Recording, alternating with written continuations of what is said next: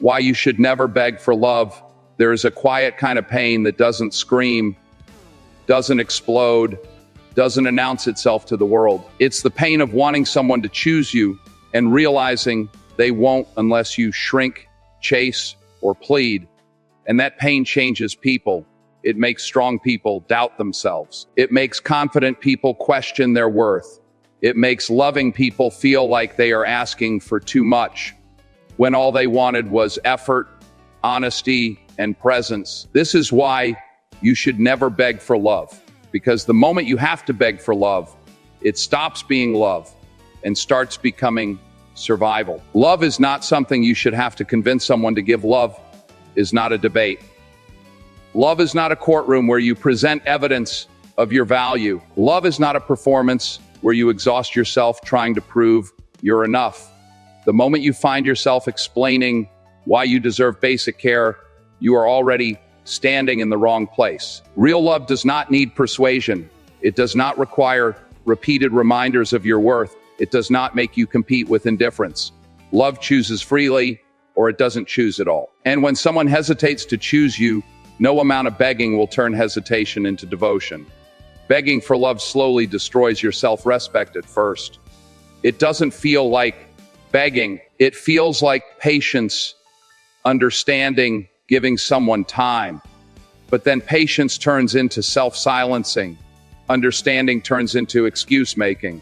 And giving time turns into waiting indefinitely. You stop expressing your needs because you're afraid they'll pull away. You accept inconsistency because you're afraid of losing them. You tolerate emotional crumbs because you're afraid of being alone. And slowly, quietly, piece by piece, you trade your self-respect for hope. Hope that if you just love harder, explain better, stay quieter, or become easier to deal with, they'll finally see your value. But love should never cost you your dignity. If you have to chase someone, they are already running from you. Let this truth sit with you.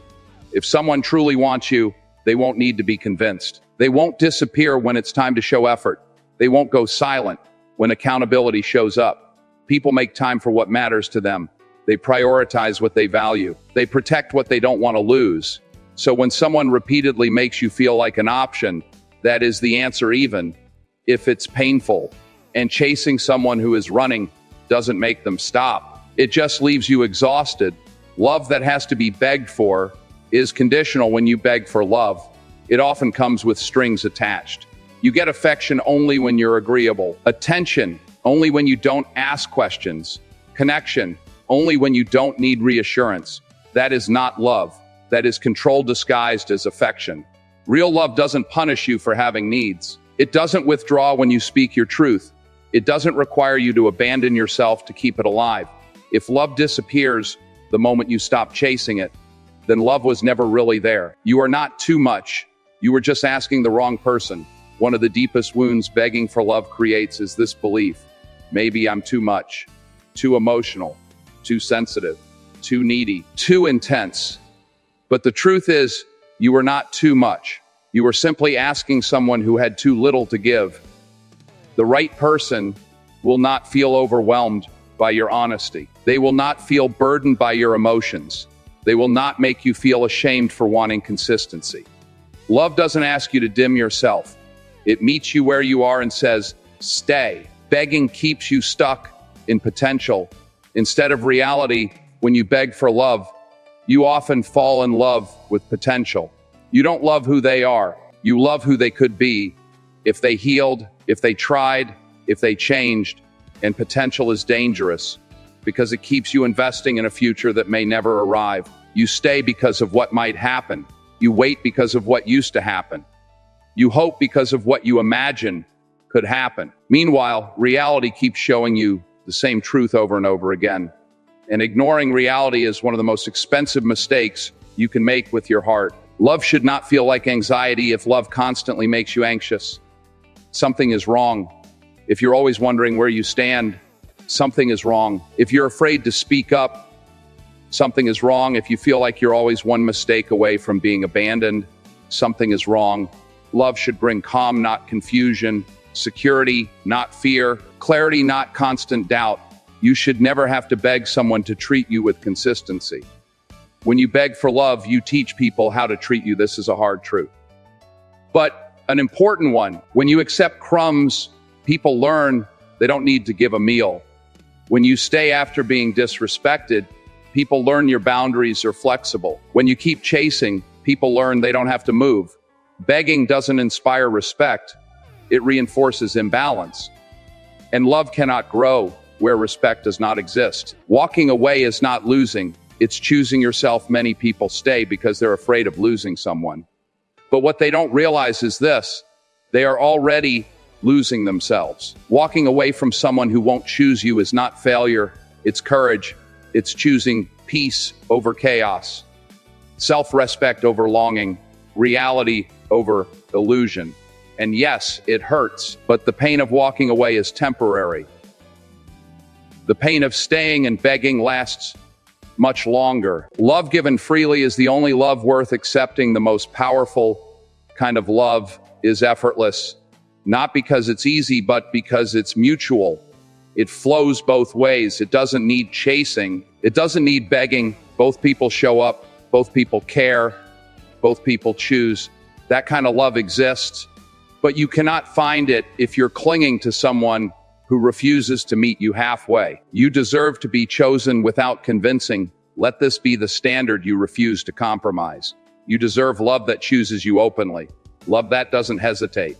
Love that doesn't need reminders. You deserve someone who sees your value without being persuaded, who shows up without being chased, who stays without being begged. And until that love arrives, the most important relationship you will ever protect is the one you have with yourself. Because the moment you stop begging for love is the moment you start attracting better.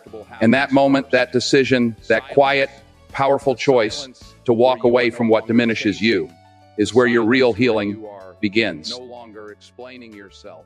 The silence where you are no longer trying to prove that you are worthy of being chosen. And that silence can feel terrifying because for so long, your effort was the noise holding everything together. You start to realize how much emotional labor you were doing alone. How many conversations you carried, how many moments you overlooked, how many times you minimized your pain just to keep the connection alive. And in that silence, the truth becomes unavoidable. If you stop begging and everything falls apart, then you were never holding love. You were holding it hostage with your effort. Real love does not collapse when you stop chasing it. Begging for love conditions you to believe that abandonment is always right around the corner. So you overgive, you over-explain, you overextend, you become hyper-aware of their moods. You walk on emotional landmines, you adjust yourself constantly so you don't push them away. But love is not supposed to feel like emotional survival. You are not meant to earn affection by shrinking your needs. And the most dangerous part is this: over time, you stop recognizing yourself. You forget what it feels like to be relaxed in connection. You forget what it feels like to be desired without effort. You forget what it feels like to be chosen without fear. You normalize anxiety and call it love. Begging doesn't just damage the relationship, it damages your identity. You start questioning your intuition. You ignore red flags because you're afraid of being too demanding. You convince yourself that wanting effort is asking for too much. And slowly, your standards lower, not because you want less, but because you're tired. Tired of hoping, tired of waiting, tired of explaining the same hurt in different ways, and exhaustion makes people settle. But settling is not peace, it's surrender. Here's the truth no one wants to say out loud: people rarely change because you beg them to. They change when they decide something matters. Your tears cannot create commitment. Your patience cannot create emotional availability.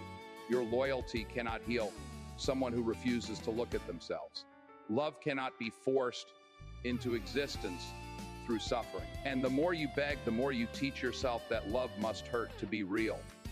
When you finally stop begging, something else happens too. You begin to feel grief, not just for the person, but for the version of yourself that tried so hard, the version that believed love meant endurance, the version that thought staying proved loyalty, the version that hoped consistency would come if they just waited long enough. That grief is heavy, but it is also necessary, because you cannot become someone who expects healthy love while still clinging to patterns that require self-abandonment. Stopping the begging doesn't make you cold. It makes you clear about what you will no longer tolerate, clear about what love must include, clear about the difference between effort and attachment. You stop romanticizing mixed signals. You stop decoding silence. You stop waiting for someone to become who they promised they could be. And clarity is painful, but it is freeing. You begin to understand that love should not require strategy. You should not have to time your messages. You should not have to calculate how much emotion is acceptable. You should not have to pretend you care less just to be chosen. If someone only wants you when you are distant, unavailable, or emotionally guarded, that is not love. It is insecurity responding to control. Healthy love wants presence, not pursuit. When you stop begging, you also reclaim your energy. Energy you once poured into overthinking. Energy you once used to monitor their behavior. Energy you once wasted trying to keep something alive on your own. You start redirecting that energy back into yourself, into your healing, into your goals, into your peace. And something shifts. You become less reactive, less desperate, less willing to negotiate your worth. You stop asking, why don't they love me the way I love them? And start asking, why am I staying where I am not met? That question changes everything. You begin to see how begging kept you stuck in imbalance. One person holding power, one person holding hope. And love cannot thrive where power is uneven. Mutual love is not about control. It's about choice every day, without coercion, without fear. The moment you stop begging, you also stop betraying yourself. You stop lying to your intuition. You stop making excuses for behavior that hurts you. You stop accepting half love because you're afraid of no love. And yes, walking away feels like loss at first. But what you gain is far greater. You gain self-trust, you gain emotional stability, you gain the ability to recognize real love when it finally appears. Because once you've learned the cost of begging, you refuse to pay it again. And that refusal is not bitterness. It is wisdom. It is the understanding that love should feel like alignment, not exhaustion. That connection should feel mutual, not earned. That being chosen should feel natural, not forced. And once you internalize that, you no longer chase people who hesitate. You let them go. Not because you stopped caring, but because you finally started caring about yourself. And from that place, everything begins to change, because when you no longer beg for love, you create space for a different kind of connection to enter your life. One that does not require persuasion. One that does not punish vulnerability.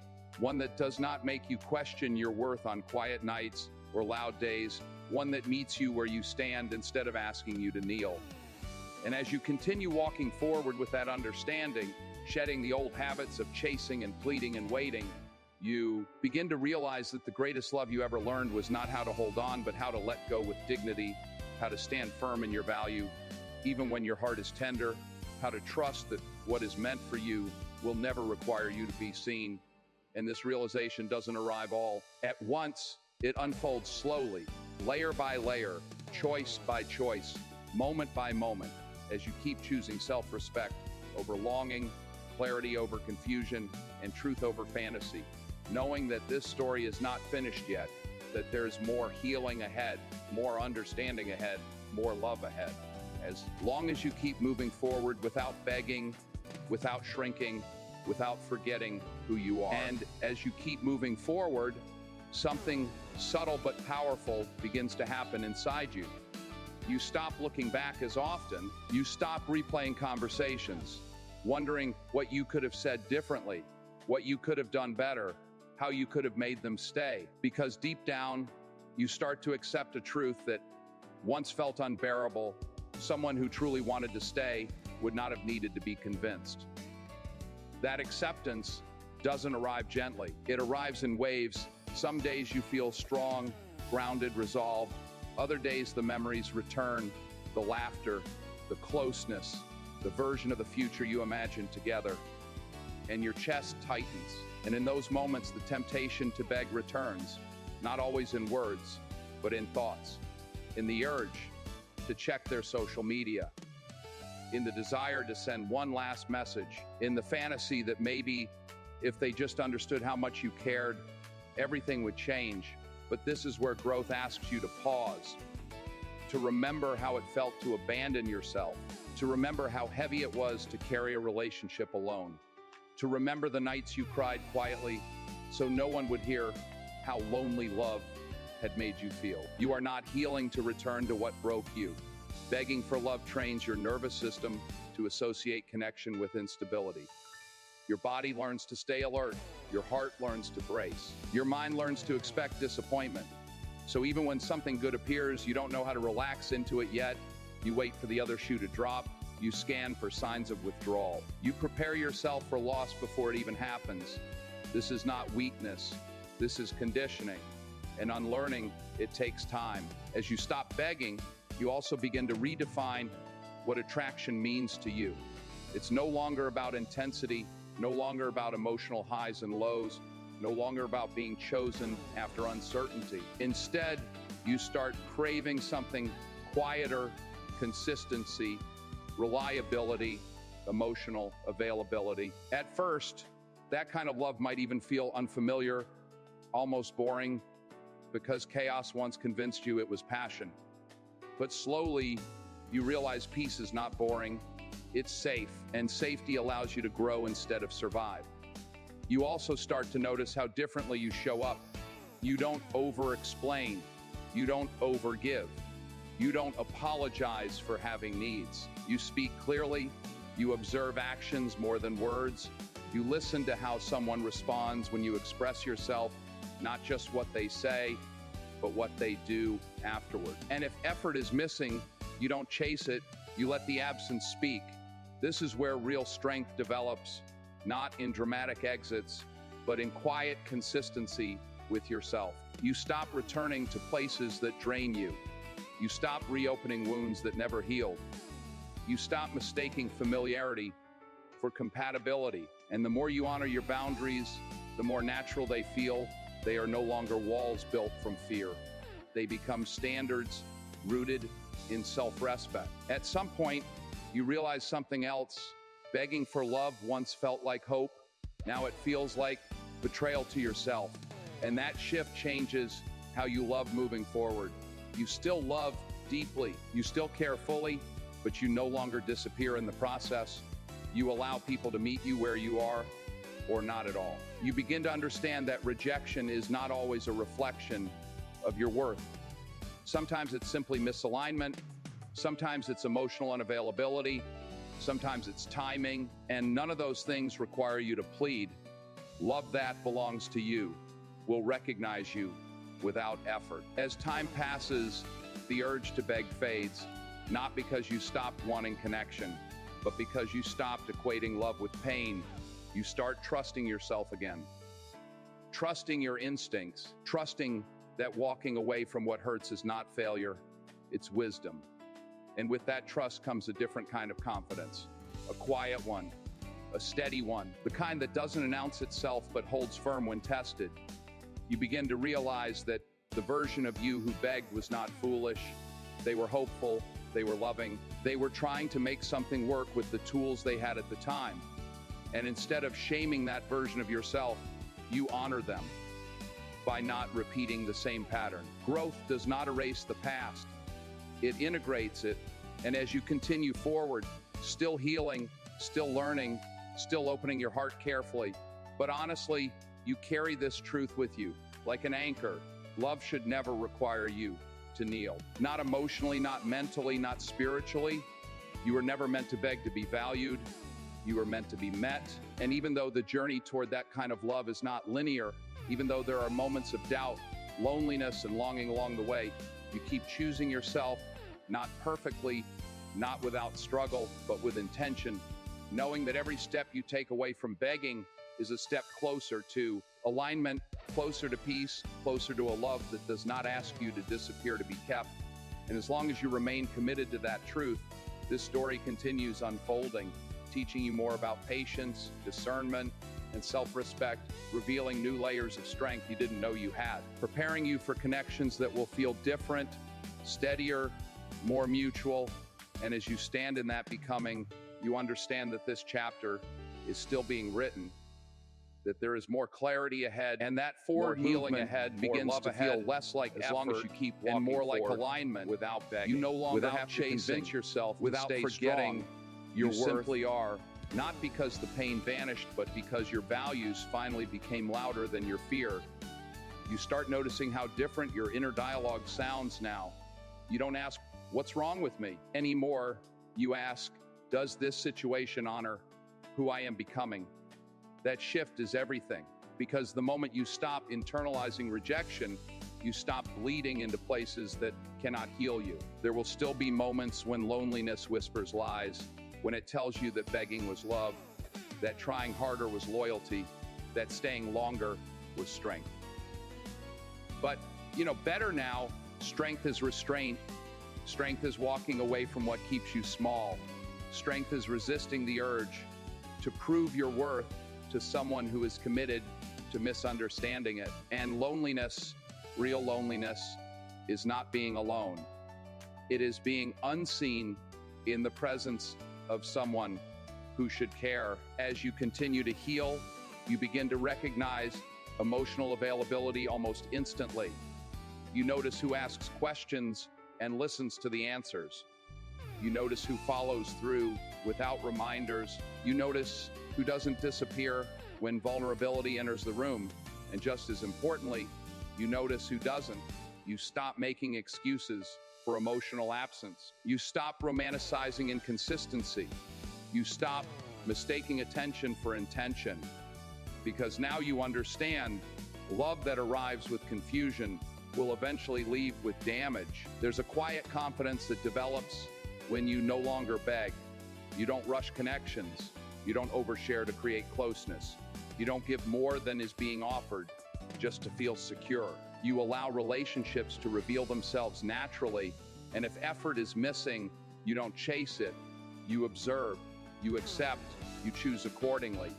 You also become more patient with yourself. Healing doesn't mean you never feel tempted to go back. It means you feel the temptation and still choose forward. It means you forgive yourself for missing what hurt you, for grieving something that wasn't healthy, for longing for familiarity even when it cost you peace. Because healing is not about erasing attachment, it's about redefining it. At some point, you realize you are no longer afraid of being alone.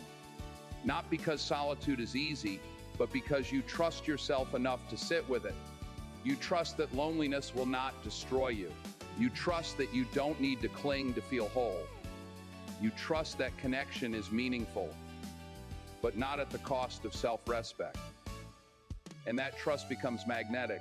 You don't chase love anymore. You attract it by being rooted, by being honest, by being emotionally responsible. Not everyone will like this version of you. Some will feel uncomfortable because they can no longer access you through guilt, silence, or inconsistency. And that's okay.